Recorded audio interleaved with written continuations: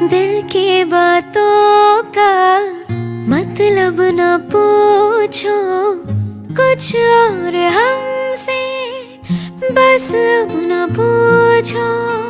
दिल की बातों का मतलब न पूछो, कुछ और हमसे बस अब न पूछो।